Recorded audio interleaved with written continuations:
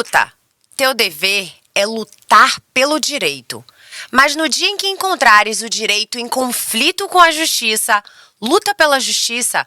Começa essa entrevista com a frase de um consagrado jurista, Eduardo Coutor, escolhida pela minha entrevistada de hoje. Ela é advogada há 15 anos, está à frente de um escritório que leva o nome dela, Gabriele Marques Advogados Associados. E o tema de hoje é de utilidade pública, direito da saúde, mais especificamente planos de saúde. Gabi, é um prazer ter você aqui no Mirella Convida. É um prazer estar aqui, passando um pouco de informação para os seus espectadores. Muito obrigada pelo convite. Vamos falar de direito de forma leve, descomplicada, de forma prática. Você acha que o direito nem sempre caminha de mãos dadas com a justiça?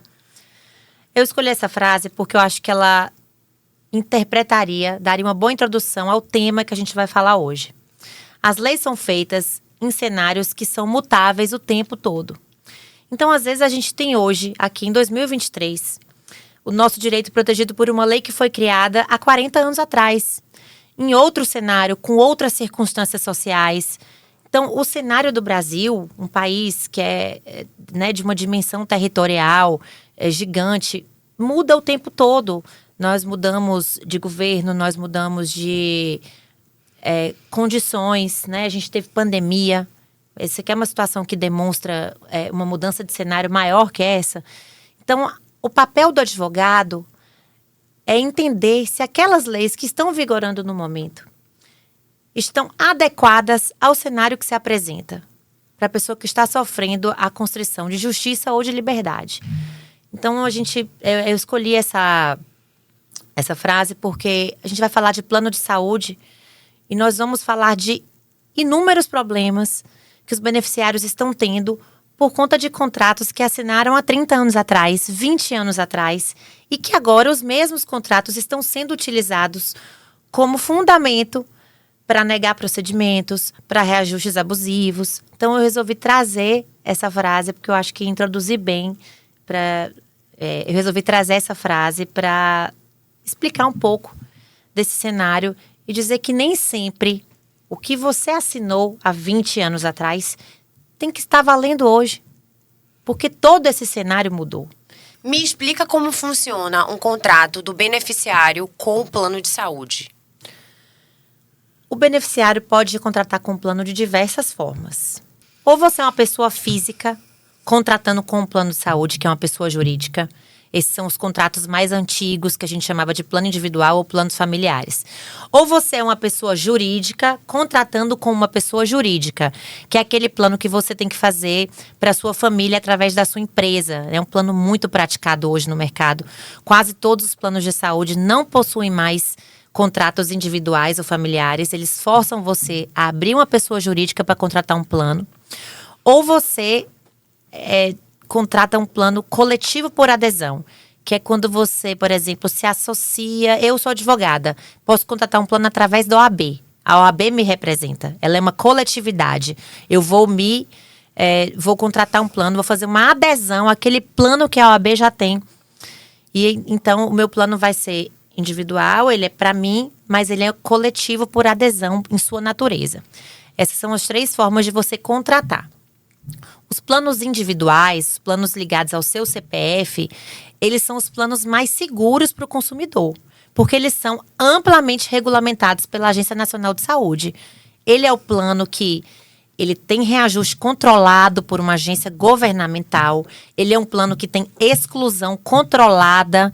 Você só pode ser colocado para fora em determinadas circunstâncias contratuais. Por esse motivo, os planos de saúde vêm fazendo um rolo compressor nos beneficiários mais antigos, tentando obrigar que eles se associem com os planos através de suas pessoas jurídicas. Porque quando você sai da esfera da pessoa física para entrar na esfera da pessoa jurídica, tem menos leis que regulamentam essa relação. Porque para a justiça parece que são 2 empresas contratando. Se uma empresa contrata com empresa, isso soa como igualdade de condições. Só que, na verdade, o cenário não é esse. O cenário é uma pessoa física que foi obrigada a criar uma pessoa jurídica para contratar com plano. Ela criou aquele CNPJ só para isso, ela continua vulnerável.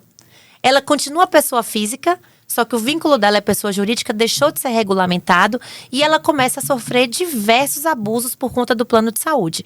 Então, o papel do advogado, aí de um bom advogado, né, que o beneficiário pode consultar e pode procurar assistência, é justamente demonstrar para o juiz que essa situação ainda é vulnerável, em que pese ser um plano de empresa para empresa, e derrubar as cláusulas contratuais que permitem tais atrocidades. E hoje, se eu contratar um advogado e processar meu plano de saúde, eu sou colocada para fora? Se você tiver um plano individual, você só pode ser excluída por inadimplência superior a 60 dias, mediante notificação prévia, ou se você cometer fraude. Fraude, gente, não pode fazer botox pelo plano. Vamos combinar. Pare de fazer isso, senão você vai colocar em risco o plano do seu pai, que é idoso, o plano do seu irmão. Então, não pode. Drenagem linfática e botox pelo plano, nem pensar. Mas tem gente que tá fazendo bioestimulador de colágeno pelo plano, amor. Onde? Brincadeira, mas agora voltando a falar sério, de jeito nenhum você pode cometer, né, pedir reembolso de procedimentos que você não fez, porque se o plano descobrir, ele pode não só extinguir a sua vida, como toda a vida que está ligada àquele contrato. Todas as vidas. Então, às vezes, você tem um pai que já passou dos 59 anos. Ele nunca mais vai conseguir fazer um plano de saúde decente para ele, se você colocar esse plano em risco. Então, por fraude ou por inadimplência, qualquer pessoa pode perder o plano. Qual a porcentagem disso, Gabi? Eu tô falando isso que tem algumas pessoas que fazem isso, né? A porcentagem de ser pega. Mas isso vai depender da fiscalização, da auditoria. O que acontece muito o plano sabe de onde está vindo o gargalo dele. E ele vai atacar o gargalo. Se você é um beneficiário que todo mês você apresenta lá 10, 15 recibos, ele vai ali, vai te pedir um relatório médico, ele vai atrás do médico. Então, a chance de você ser descoberto aumenta de acordo com que você vai repetindo determinadas práticas. Certo. Esse caso, só pra gente fechar, esse caso do plano ligado ao CPF, que é o plano familiar, sabe aquele seu plano que você tem desde que você nasceu, que seu pai assinou lá atrás? Esse é o plano individual e familiar. Só nessas... Gente, processei o plano 15 vezes, ele não vai te botar pra fora.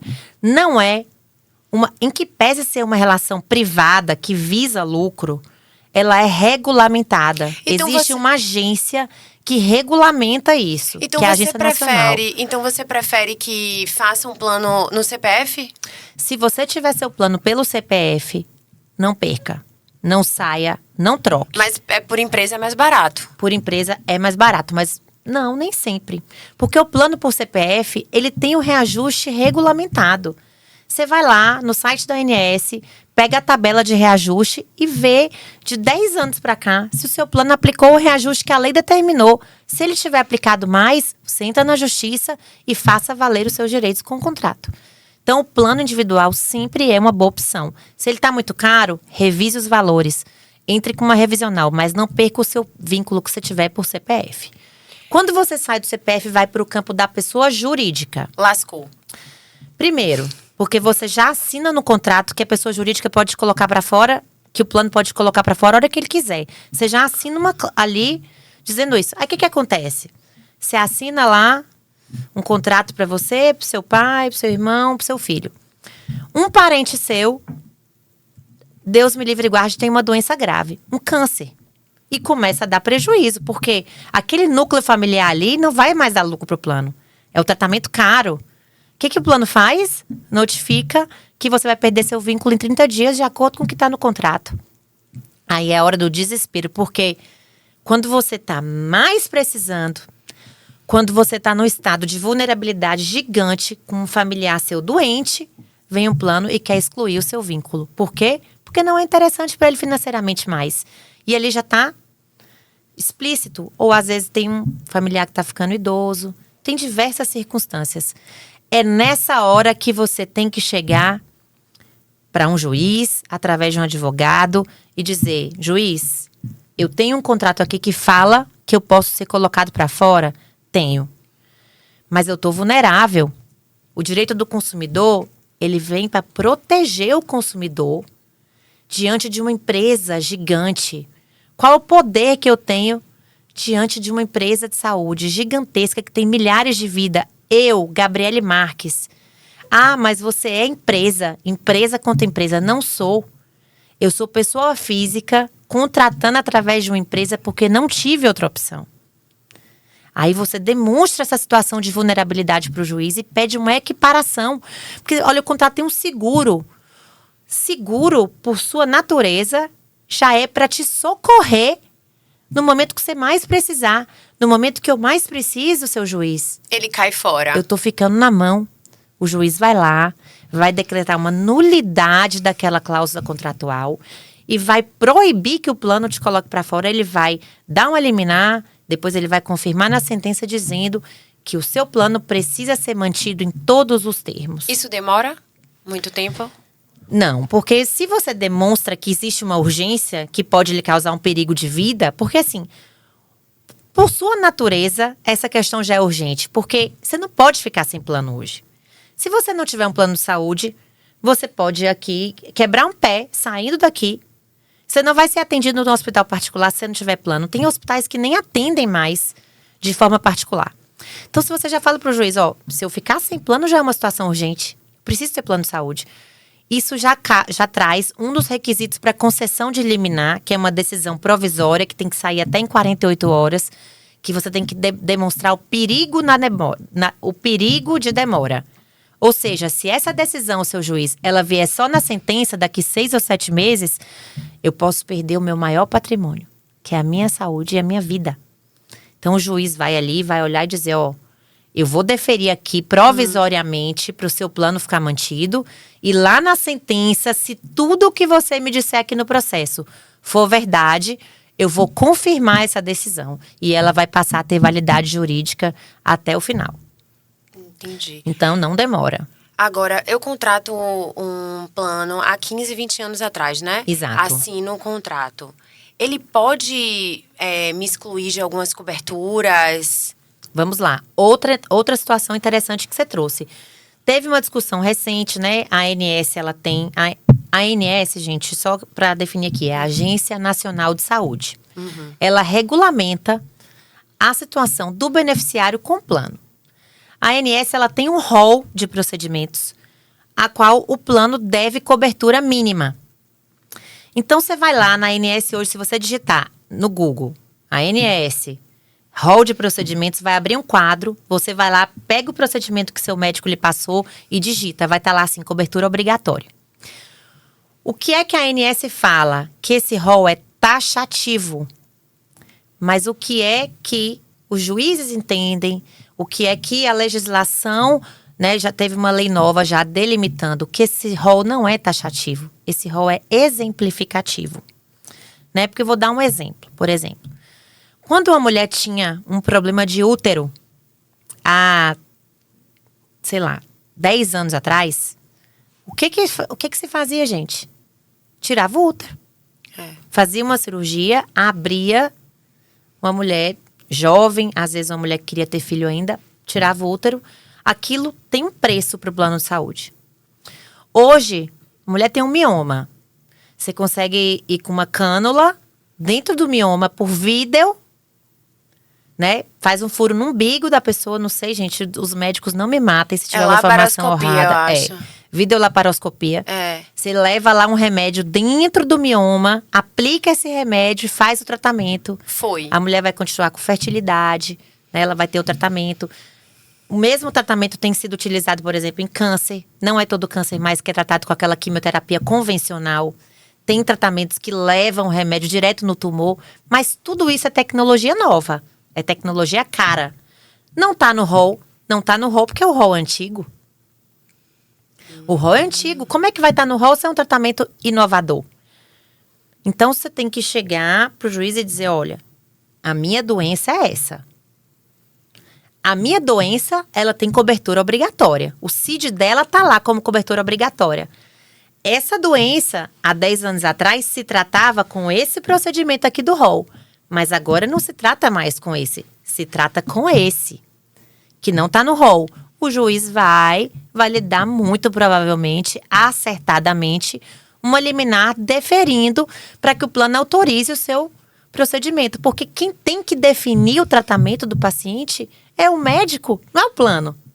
O médico passa um tratamento, uma cirurgia que tem que ser feita com a mola, uma micromola número tal lá. O plano vem e diz, olha, a micromola número tal não está aprovado pela Anvisa. Meu amor, o médico está indicando esse material. O médico vai se responsabilizar junto ao conselho médico. Ele vai se responsabilizar por todos os danos causados ao paciente. Ele é o gestor do tratamento. Se ele pedir, o que ele pedir, o plano tem que fornecer. Então, às vezes, você tem tudo autorizado, um material que não tá, porque é off-label, porque não tem... Vai lá e entra com uma liminar e diz, olha, se eu tenho direito a esse tratamento, tudo o que ele precisa, o plano tem que pagar. O plano tem que pagar desde o hospital, internação, até todo o OPME, todos os insumos que vão ser utilizados naquele procedimento. Ah, mas é um gás, é uma partícula que custa não sei quantos $1.000. É o que o médico quer? Está indicado? Tem comprovação científica que isso aqui funciona? Tem.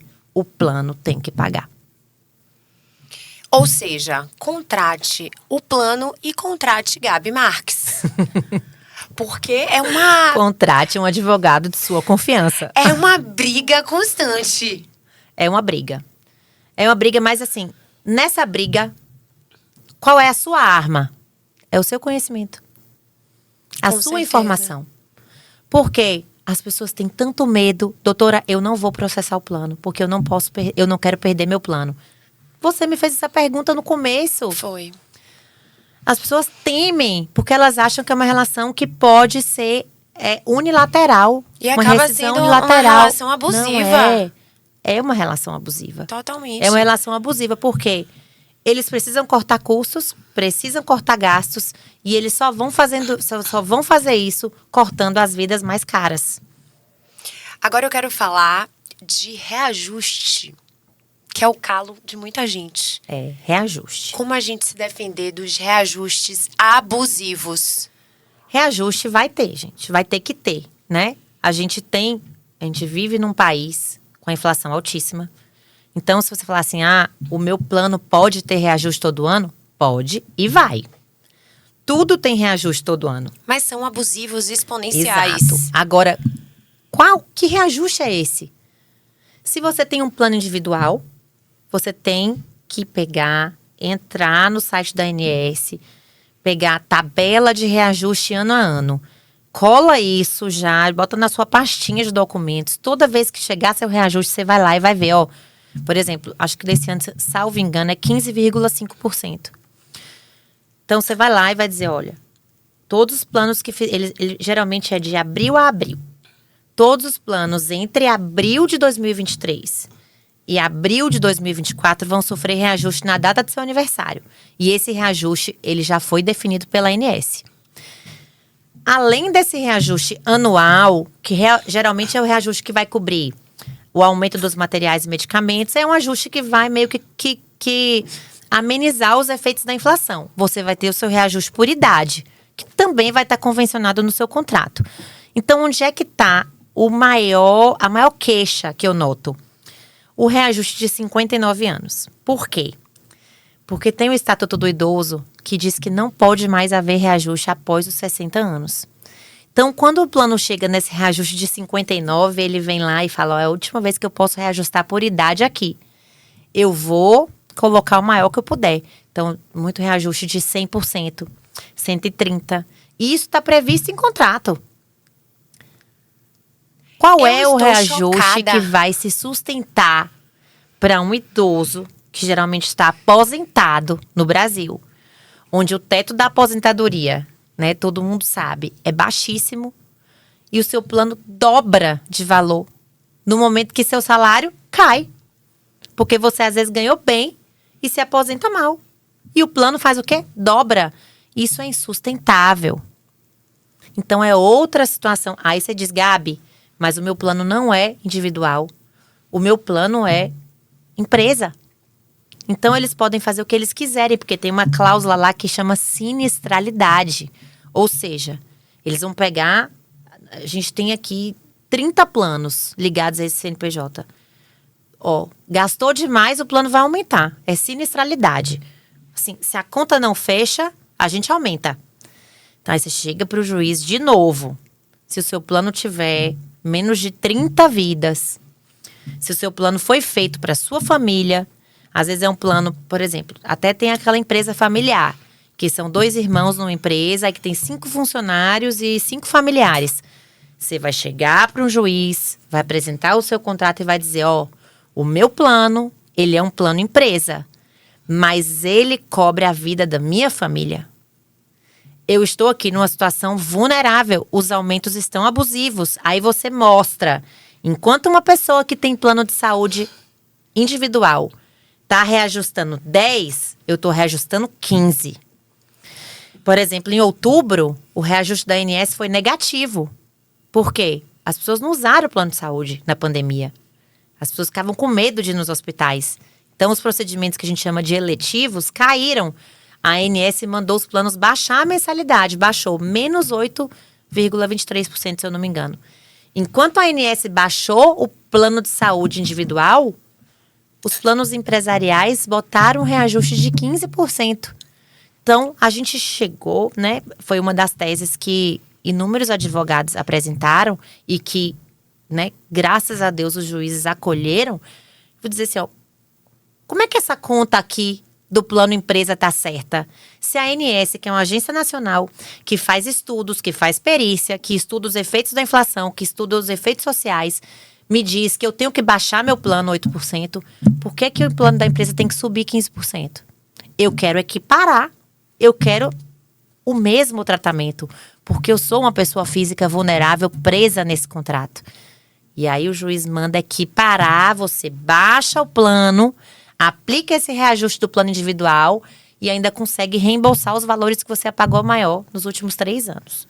Entendi. Gabi, é complexo, viu? Então, tem que assim, contratar um advogado mesmo. Não, na verdade, a questão do advogado, de um calculista, antes de você entregar os pontos, né? Que é assim, muita gente fala, doutora, eu vou cancelar meu plano. Eu não tenho mais condição de pagar. E não tem mesmo. Antes de você cancelar seu plano e às vezes passar para um plano que tem uma cobertura reduzida, ou sair do plano da pessoa física e ir para o plano da pessoa jurídica, que é uma situação que você vai ficar vulnerável, não deixe de fazer a revisão. A revisão que eu falo é fazer a continha mesmo. Claro. Porque se couber uma revisional, procure um advogado e tente revisar seu plano. Você não tem nada a perder. Se você revisar, você vai ter a garantia, né? Você vai dar um passo para trás, vai ter a garantia que dali para frente, né? Você vai conseguir pagar seu plano. Quando chegar no outro ano, o plano vai reajustar de novo. E eles vão de novo reajustar num valor mais alto. Então, de 3 em 3 anos, revise.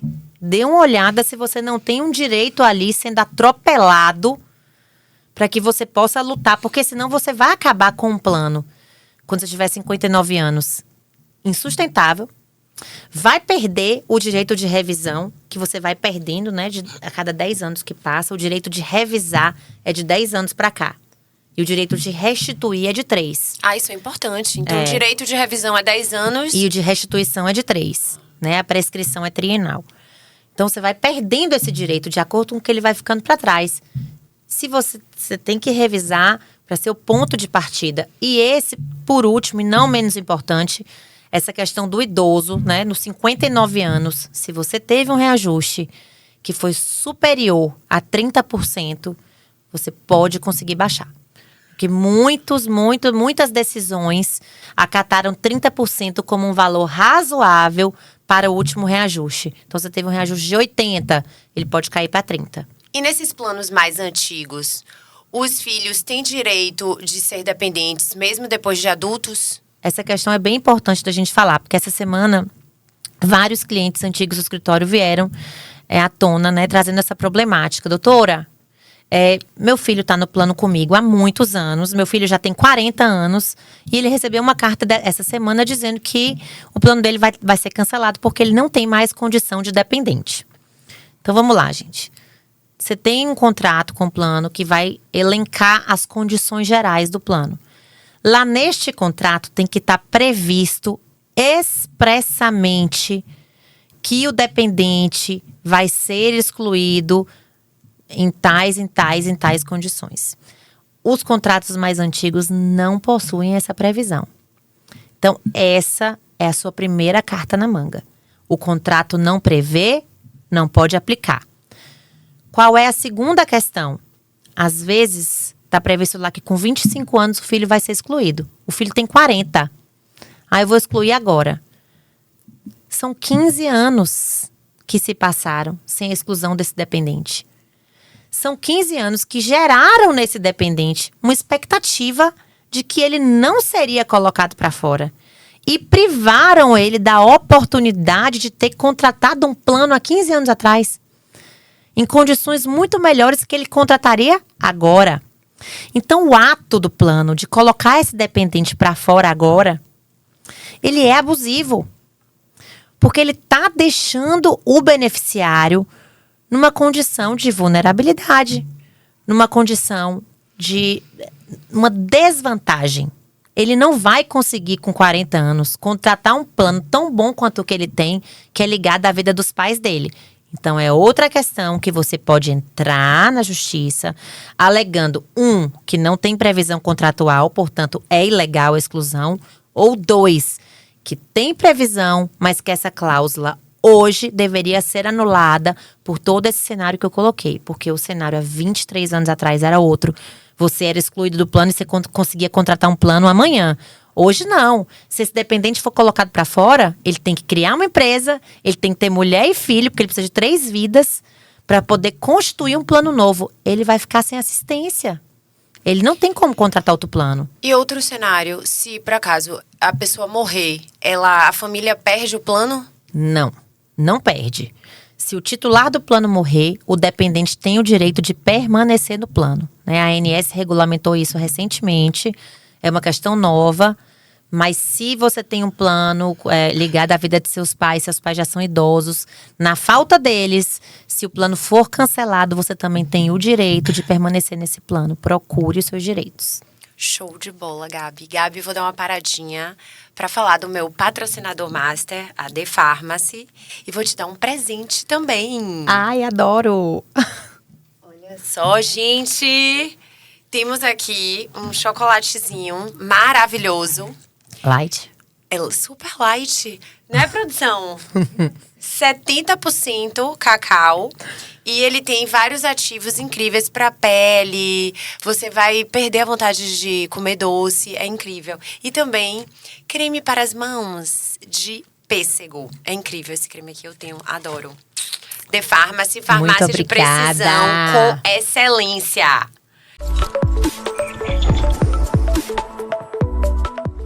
Momento Mirella Convida, delícia! Gente, o Lay Studio sempre me mimando aqui no podcast. Olha só, agora, diretamente da Mais Leve, chegou aqui o mousse de chocolate com farofa de cookies.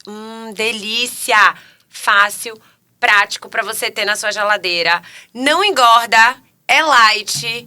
E eu já vou comer daqui a pouco, quando acabar, né? Porque se eu comer farofa aqui... E a convidada, velho? Também, amor! Gabi, eu quero que você dê um conselho para todas as pessoas, famílias que estão passando por dificuldade. Ouça esse podcast e se informe. Por favor, porque eu não sabia de 50% das coisas. O meu conselho, mas assim, não, agora falando sério, o meu conselho é o seguinte: tenha um dossiê com todos os seus documentos que lhe ligam ao plano. Né? Peça as condições gerais do seu plano, estude o seu contrato, revise o seu, entenda o seu reajuste, guarde as faturas, vá fazendo uma planilha, mesmo que seja no papel ali, uma coisa simples. Olha, meu plano aumentou tal dia, aumentou tal ano para X reais, eu fiz aqui 49 anos, geralmente são as faixas etárias de reajuste, né? 49, 59.